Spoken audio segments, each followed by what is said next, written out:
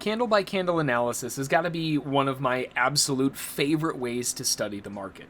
It's a way that we can literally go candle by candle by candle to try to dissect what's going on in the markets. What is the market doing? Are the buyers in? Are the sellers in? Is one of them underwater and getting squeezed? Is the other one at a profit target? What's happening, right? Why is the market doing what it's doing? Hey there, John Henry here, SSFTG. Welcome to the video. If this is your first time on the channel, welcome, my friend. I hope to earn your like and subscription today. In this one, like I said, we're going to take this market candle by candle by candle, and we're going to go one candle at a time to dissect what's going on in the underlying. And this is one of the best ways to practice market psychology in the sense of markets psychology, like the underlying participants and what they're doing.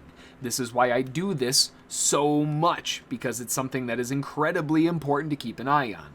First off, before we can get into anything, we need to have a little bit of a perspective check. Scrunch this thing out and see what's going on in the bigger picture. First off, in the bigger picture, we can see that this market is getting railroaded real hard. But what's one thing that stands out, right? What kind of looks like a lightning bolt? And if it looks like a lightning bolt, I'm wondering, where is A to B in accordance to C to D? I wonder how close those two line up with one another. So let's take a look here. A to B equals C to D. And this gives us a little bit of a downside objective that the market will try to hunt for if they want to try to push lower. It's not very far underneath where the market was, but 42.58 quarter is the target. Another consideration would be for the bulls case. We always have to play both sides of the fence here. We've got the bear, well, what looks to be an avalanche wedge screaming its way lower. And if they start breaking above this for a breakout pullback, we could be looking for a continuation phase back to the upside rather than the downside. So kind of seeing where we are and where we're opening up, this first candle is looking kind of bearish, right? I mean, the wick is almost at the top of the wedge. It's got an incredibly strong bear bar move lower. It's a rejection of the previous swings. There's a lot of stuff stepping up here. What's one statistic, though, that you hear me talk about constantly? That statistic, if you haven't been screaming it at your screen already here, is the first candle only has a 20% likelihood historically of being the high or low of the day. That means that although this looks incredibly bearish, don't get too married to the downside. As far as location, yeah, it looks absolutely perfect in terms of the spot where sellers would want to get some continuation down. If we can couple this with a POC from the previous day, that would add even more context. Ooh, that's a little bit of a setback. If this POC would have been above the close, we would have had all systems go. That was the last check. That was the last thing. We've got everything we need except all of the volume is underneath the market. The market closed above that. That's a problem. In order for us to go short, we need them to get underneath it, and then maybe we can find a retrace back. But unfortunately, given the probabilities of bar 1 being the high of day, not very good, and the fact that we've got the volume underneath us, it's just not going to work out. Okay, and we do have some weakness. So we've got a weak bull bar, which, you know, it doesn't necessarily disprove the bears, but I mean, if you sold here and that was your follow through, how are you going to be feeling, right? That's one of my litmus tests. How does that make me feel? Now, if I sold there and I was immediately shut down like this, I'm not feeling too good. So what am I going to be watching? Well, if the market comes back and demonstrates support here, then that would suggest that these sellers who took bar 1 looking for the breakdown, they didn't get it. Now they're exiting at break even and they're jumping ship. If the market is able to close back underneath this, then those sellers are in profit and we'll probably run down and fill the gap, get back down to the wedge lows, and maybe we'll be able to even find some support down there. But here again, we still have not been able to work our way through that volume yet. and yeah, and there's the bounce back.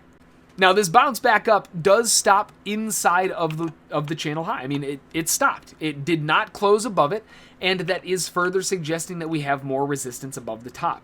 If anything, sellers are probably selling above the highs because they don't want to sell down here. They want better prices to try to roll the market back down again. So if sellers are going along with the move, this would be a spot to try to get things going. But realistically and structurally, we've already kind of used this area up. They've already broken the high of it. What's left? The only thing that's left is the gap fill from up here and the swing high and pocket of wicks above that at around 43.55. Otherwise, we don't really have anything to work with. I mean, sure, there's falling wedge resistance, but given the bears trapped first time around, I'm going to have a little bit of a hard time believing them the second time around unless we get some proof. Let's go into the next... Ooh, geez. Okay, and on the next candle, immediately rifles up and fills the gap. Holy cow. Now, the unfilled gap down here is still game. The market may still try to come back to that point. But one thing is for sure, we shut down that bar 1 probability. That's now gone. Again, 20%. That's only one time a week, maybe. And we've also closed the gap. In terms of resistance, again, we don't have any resistance until a little bit further up. We're not quite there yet. Let's get a box around that just so we don't lose sight of it. That's going to be the hot spot if the market wants to climb up a little bit further in terms of resistance. That said, I mean, this thing has come a long ways up. They may be running out of steam a little bit, question mark, because we do have some candle gapping. The candle gapping has had its targets filled already. If we measure this out, we're above it. So we might be a little bit out of steam here. This is kind of overextensive. We go, okay, well, never mind, just kidding. We go into the next candle, and it does continue all the way back up. This further adds another candle gap to the mix, which shows us that we might have some larger extended targets up. Larger extended targets up would be up to around 43.72. But we do also have the first approach and test of our zone of resistance. Now, given that there's bullish candle gapping to the upside, it doesn't make a whole lot of sense to slap the sell button right now. This is a zone of resistance. If the earlier bulls who were stuck from here have been stuck for multiple days, they're being given a chance to get out of break even. They could definitely push back here. But as far as the amount of momentum to the upside, it's too much. We need to wait for a better signal. And of course, just like Murphy's watching in a bush outside, we said, nah, we're going to skip this one. Immediately snaps back to the downside, and that was the perfect response. But again, we've got to follow our plan. This doesn't fit for me to want to be a seller. This is an inside bear bar. I don't necessarily believe the bulls here because we are rejecting a zone of resistance, but being the first one to the party to sell underneath the bears feels like it might be a bit of a challenge. We get a little bit of gap closure, but still open. Let's measure the gap, make sure that this still has upside targets that are still viable. Upside targets are narrower, but they're still viable in here, so it's still open. We get, now the candle gap's completely gone. This is a little bit of a different scenario now. The candle gap being gone means that this zone now becomes much more interesting. The reason we couldn't jump into the short in the first place was because of the candle gap. It told us that we might have some pressure in our face. That pressure's gone. Now, if the market returns up into this area, sellers will be looking for a rejection out of that zone. Now, if it doesn't return, that is kind of the problem that you run into when you have to wait and come in a little bit later, but the only safe way would be to wait for it to reapproach these 50s, maybe? A little bit under into the 50s? Somewhere around that area to find a way in. We've got a bull engulfing candle. Now, I don't want to be the first one to the party to be selling into a bull engulfing candle. We did just close the candle gaps, and their context has been kind of dissolved a little bit. But being the first one to the party after a strong bull rally up and another bull engulfing candle doesn't seem like a good time. I would rather wait. If the buyers are going to be coming in for another rally up, it's likely they're going to be trying to dip buy anyway. So more likely than anything, if buyers are coming in, they're going to want to not buy above this bull bar. And if bears are going to want to come in, they're not really going to want to do a whole lot until we get a little bit further up into resistance. So everything is saying don't do anything down here, do it up here. We've still got to wait.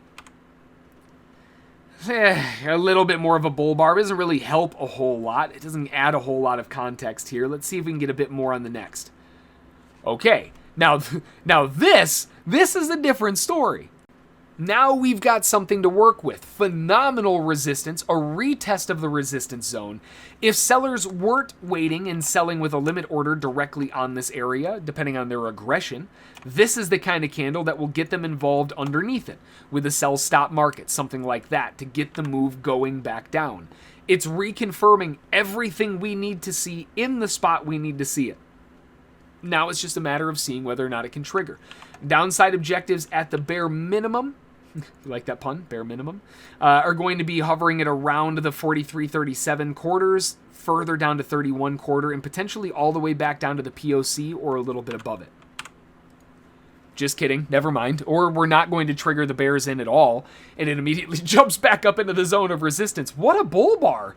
I mean, the buyers may be looking for a breakout continuation of this. The caveat being that they did not break the resistance. That's a real bummer. Breakout bulls would have loved to see that break this resistance pocket, but they didn't.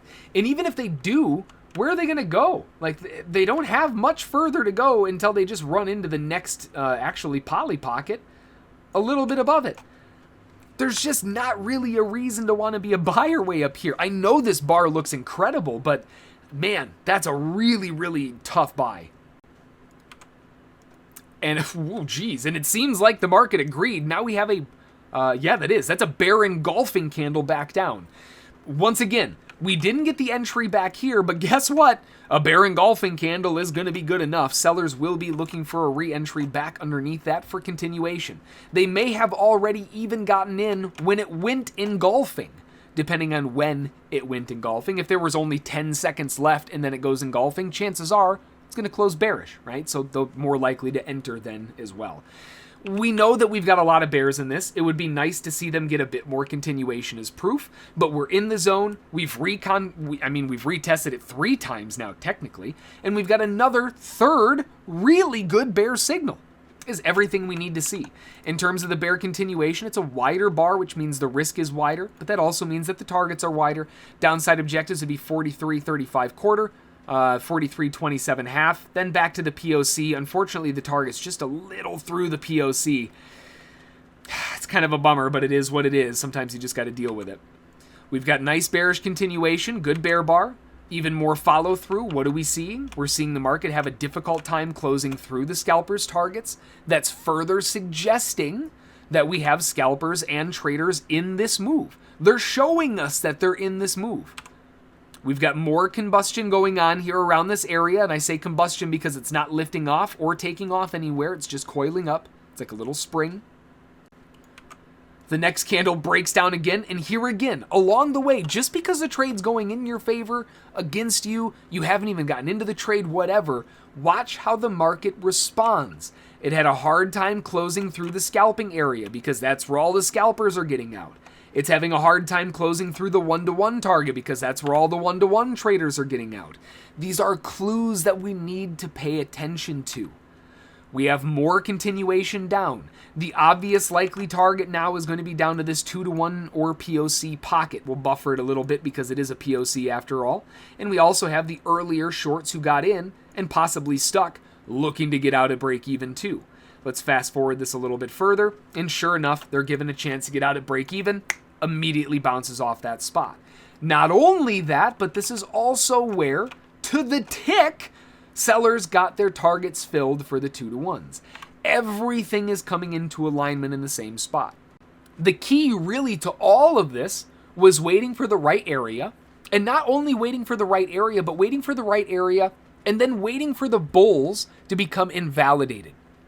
Take away their reason to become a bull, and, well, they won't be a bull anymore, and that makes it a lot easier to try to sell into for a rotation down.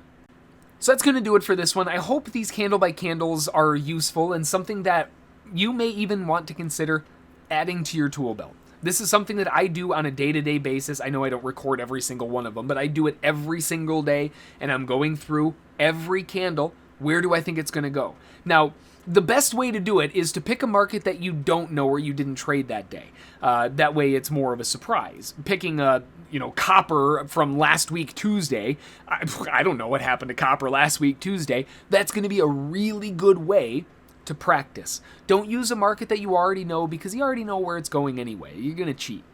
We can't cheat because then we're not going to learn anything. The whole point of this is to make us better traders and to learn what the market's doing and maybe why it's doing it. That's going to do it, though. If you have any questions on this, it is a relatively heavy topic. Make sure to get those in the comments below. Maybe a topic for a new video or a thought that maybe came across your mind. Feel free, drop those in the comments too. I love hearing from you guys. That's going to do it, though. Until the next one, thanks for watching, and we'll see you all then.